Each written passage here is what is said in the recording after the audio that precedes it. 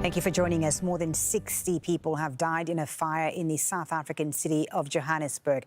The fire gutted an abandoned building sheltering mostly homeless people. Recovery operations are underway as emergency crews look for more bodies. The death toll is expected to rise. It's unclear what caused the blaze that began in the early hours of Thursday morning. Now, this happened in central Johannesburg's Marshalltown. The area was once a business district of South Africa's economic hub. The fire engulfed this 5-story building.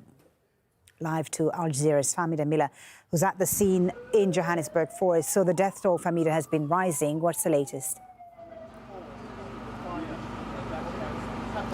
Polly, that death toll has risen quite sharply in just a matter of hours. When the story first broke earlier this morning, emergency services had said that they'd found 10 people dead following that blaze. They extinguished the fire within a couple of hours and immediately began search and recovery operations once that fire was out. And by now, they've said that at least 64 people have been found dead, and it's likely that number will rise because there were just so many people living in the building behind us. We can still see a little bit of smoke coming out of that building.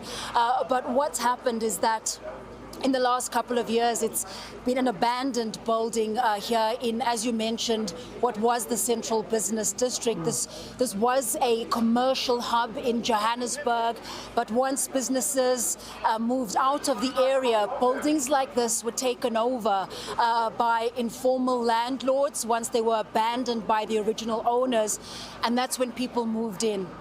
Yeah, I was going to ask you about that. In fact, these buildings are described as hijacked buildings, and I understand there are quite a few of them in South Africa. What is safety like, and what are the conditions like in these buildings? Well, it's exactly that issue around safety that has led to this incident. There really are very few safety measures in place.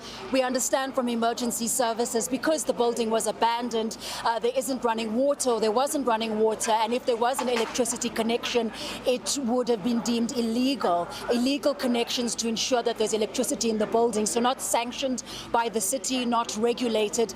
Essentially, people doing whatever they could to live in the building as adequately as they could. And so, yes, safety was definitely a massive issue for people in a building like this. And of course, there are dozens of buildings like this across the city and across major cities in Johannesburg.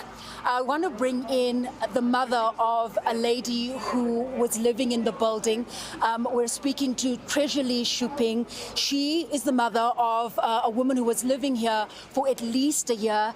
And Treasury, you are waiting for any word about where she might be. You've been here for hours. I can only imagine what you're going through, especially with the limited information available.